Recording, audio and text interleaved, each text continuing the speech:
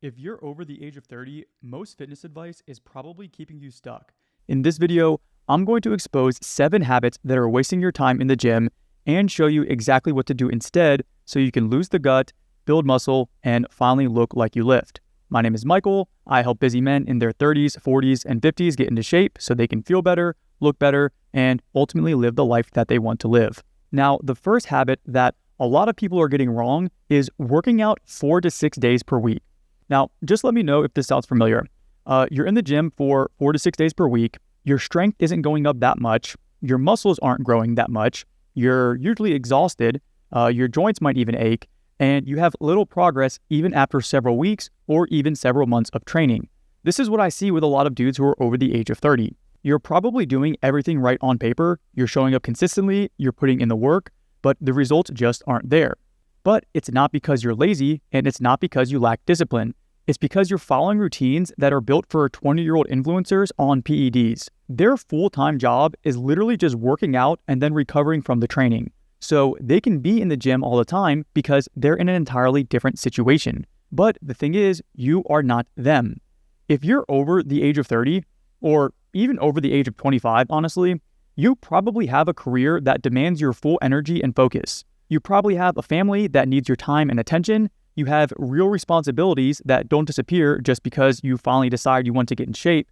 And most importantly, you have a body that needs real recovery time. Even if you don't physically feel that sore, for most guys over 30, it takes about 48 hours to fully bounce back from a hard training session. Whenever you train hard, you're not just breaking down muscle tissue, you're taxing your entire nervous system. If you're back in the gym the day after without enough recovery, you're rarely training at full capacity. And the reason why is because the nervous system hasn't fully restored its ability to produce maximal output yet. So what happens? You go through the motions, you lift lighter than you're capable of, you leave reps in the tank because your body can't access its full strength, and you wonder why you're not making progress. After the age of 30, less is more. 2 full body workouts per week is the sweet spot. Sometimes you can do 3, but usually 2 is really all you need. It creates enough stimulation to trigger muscle growth and enough recovery to turn that stimulation into real muscle tissue. If you're training more than twice a week and you're not seeing consistent strength gains, then it's not because you're undertraining, it's because you're overtraining. And overtraining doesn't just mean you're tired, it means you're actively preventing your body from adapting and growing. So rather than working out 5 or 6 times per week, here's what you should be doing instead. Train your full body twice per week and leave 48 hours of rest in between sessions. That gives you 2 full days of recovery where your body can rebuild bigger and stronger. And during those 2 workouts, make sure you focus on getting stronger on your key lifts instead of just collecting workout days. The unfortunate truth is a lot of guys who are working out this much are really just doing junk volume. And so, yes, they're tired and yes, they're putting in work, but they aren't actually getting anywhere. And this leads us to the second mistake that people make, which is managing sets wrong. Most men think that more sets equals more muscle growth. So they do multiple exercises for a muscle group, they're doing 20 plus sets total, and they're constantly chasing the pump. And the reason why is because it feels productive. You leave the gym exhausted, your muscles are burning, you feel swollen, you feel like you really worked, but in reality, it just destroys your joints and dilutes the effort you're putting in. Here's the truth that you need to understand. Muscle growth doesn't care about how many sets you do. It cares about how close you take those sets to failure, which is the point at which you cannot squeeze out another rep despite exerting maximal effort. Realistically, it's only the final 5 reps of any given set that actually counts for stimulating muscle growth. So if you're someone who's doing these crazy high volume sets, then most of that is really just wasted time. The clients that I have that are over 30 see their best gains doing 2 working sets per exercise, because doing fewer sets means that more effort and more focus is being placed on each set. Whenever you do too many sets, your brain automatically holds back because you subconsciously save enough energy to get you through the workout. This means you end up doing every set with maybe 50 or 60% effort. For example, let's say you walk into the gym to do squats. If you know you have 5 sets to do, then what happens? You're pacing yourself. On the first set, you're not going to push it to absolute failure because you know you have 4 more sets to go. Then, by the time you get to the 5th set, you're exhausted, but none of those sets leading up to it were actually hard enough to stimulate real muscle growth. So it ends up being more of an endurance workout rather than a growth workout. Now, if you were to flip the script and you walk in knowing you only have 2 sets to do, what is going to change?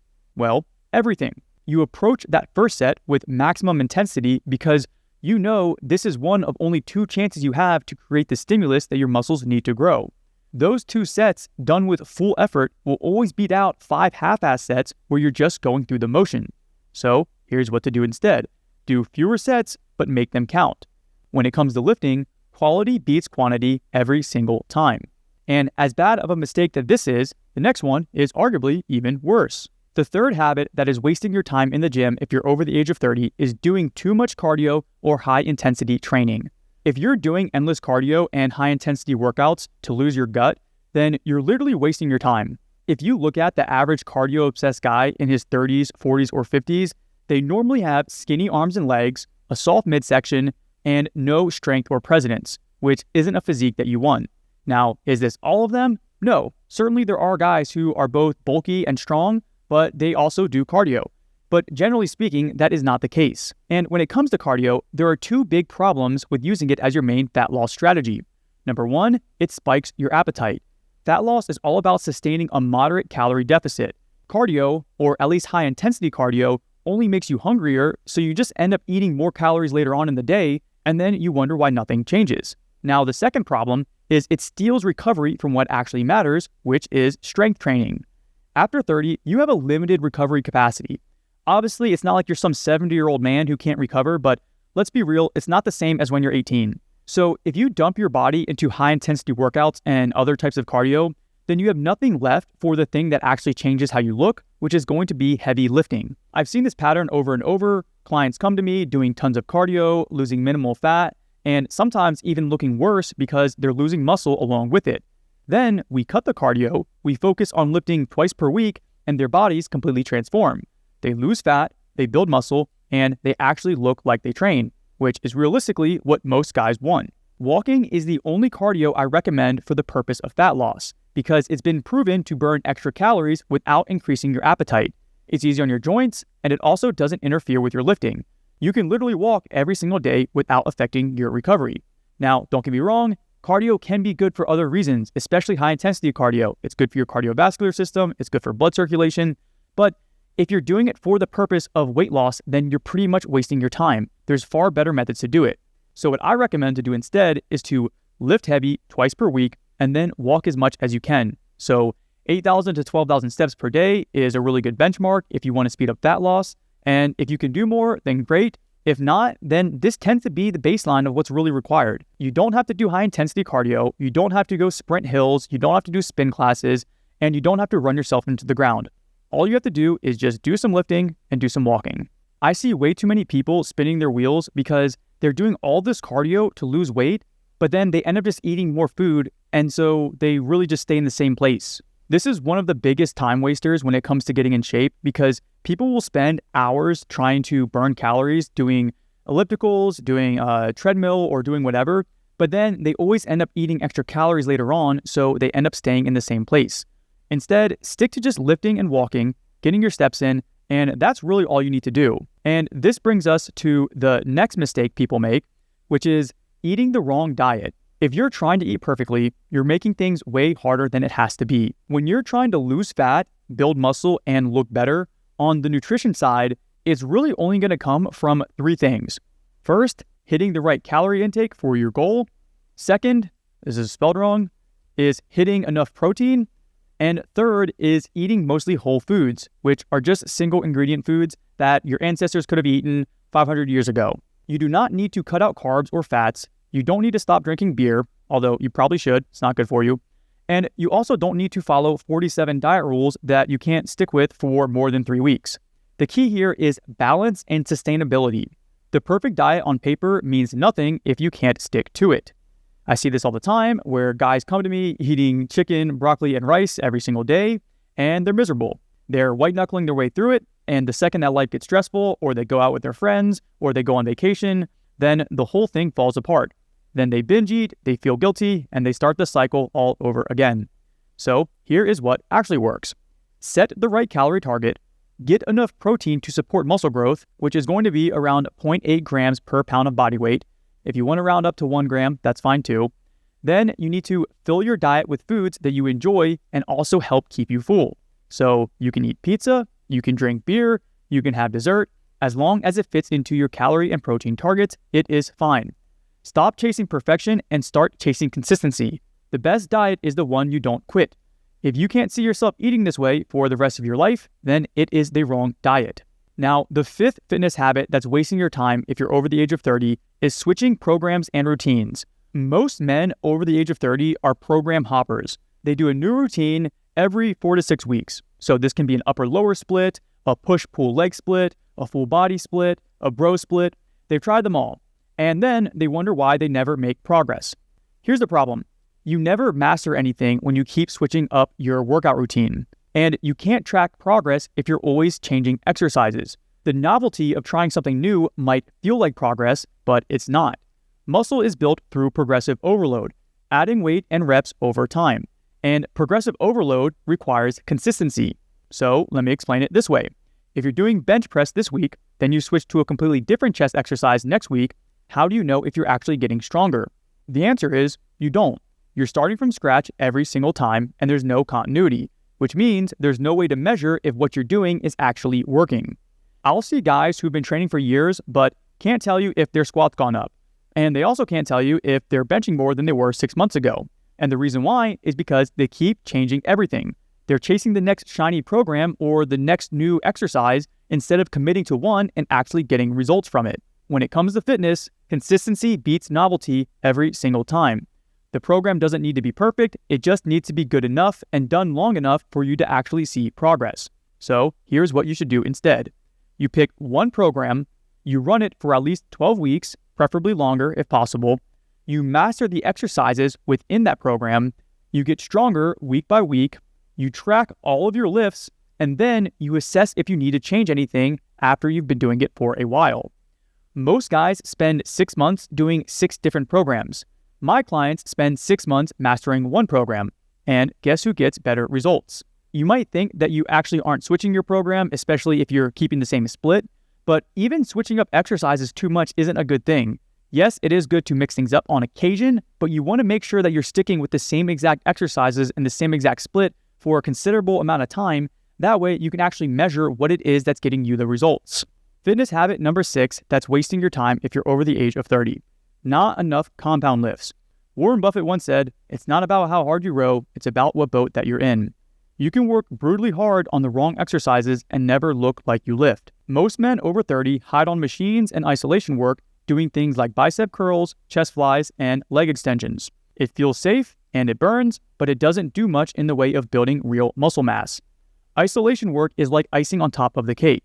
The cake itself is going to be squats, deadlifts, bench press, overhead presses, rows, chin-ups, and dips. These exercises hit a lot of muscles at once, which saves you a ton of time.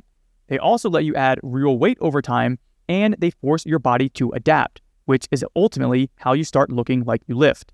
Here's what happens whenever you focus on isolation work.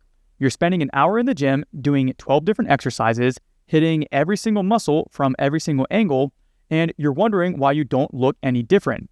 Meanwhile, the guy doing heavy squats, deadlifts, and bench press twice a week is getting bigger and stronger because he's actually forcing his body to adapt to real stress. Compound lifts literally build your entire physique. So, for example, squats don't just build your legs, they build your entire lower body and your core. Deadlifts work your back, your glutes, your hamstrings, your traps, and even your grip. Bench press builds your chest, your shoulders, and your triceps. These are the movements that create real change. So here's what you should be doing. Base your 2-day plan on a handful of big compound lifts. Then add in 2 to 3 isolation exercises per session for the weak points. So this shouldn't be the main focus of your workout, it's really just icing on the cake. You need to put 80 to 90% of your effort into the compound exercises. Those are the lifts that build your physique, everything else is just fluff. Moving on, the 7th fitness habit that's wasting your time after the age of 30 is not tracking properly. Most men over 30 go to the gym and just do the workout.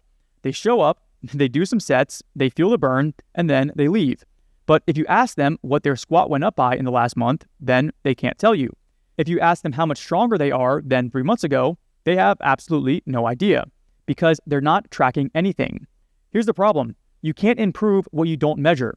Muscle growth comes from progressive overload, which means adding weights and adding reps over time. But if you're not tracking your lifts, then how do you know if you're actually getting stronger? You don't. You're just guessing. And guessing isn't what builds muscle. Without tracking, you end up doing the same weights for the same reps month after month, and this is pretty much how you end up in those really long plateaus. You might think you're training hard because you feel sore, but soreness isn't how you measure progress. Strength is how you measure progress. And if your lifts aren't going up, then your body isn't changing. I see this all the time where guys come to me and they've been training for years, but when I ask them simple questions like, what's your best bench press or what is your squat right now, then they can't give me an answer because they've never written it down. They've just been showing up and going through the motions for however many months or however many years. Here's the reality. If you can't tell me what your lifts went up by in the last month, then you're not training, you're just exercising. Training means that you have a plan, you have numbers, and you're striving to beat last week's performance. Exercising means you're just doing stuff and breaking a sweat and hoping that somehow it works out. So here's what you do instead. Track your key lifts for every single workout. I use an app called Heavy, H-E-V-Y. I'm not affiliated with them in any way. I just like the app, and I don't even use the paid version. Just use the free version just to track your workouts. That's literally all you need to do. If you don't want to use an app, then you can just write down the weight and write down the reps for your main exercises, and every week, strive to add 1 rep or 5 pounds. That's literally all you got to do. If the numbers are going up, then your body is changing, and if not, then something needs to adjust. If you want my one-on-one help with any of this, click the link in the description and we'll see if it's a good fit.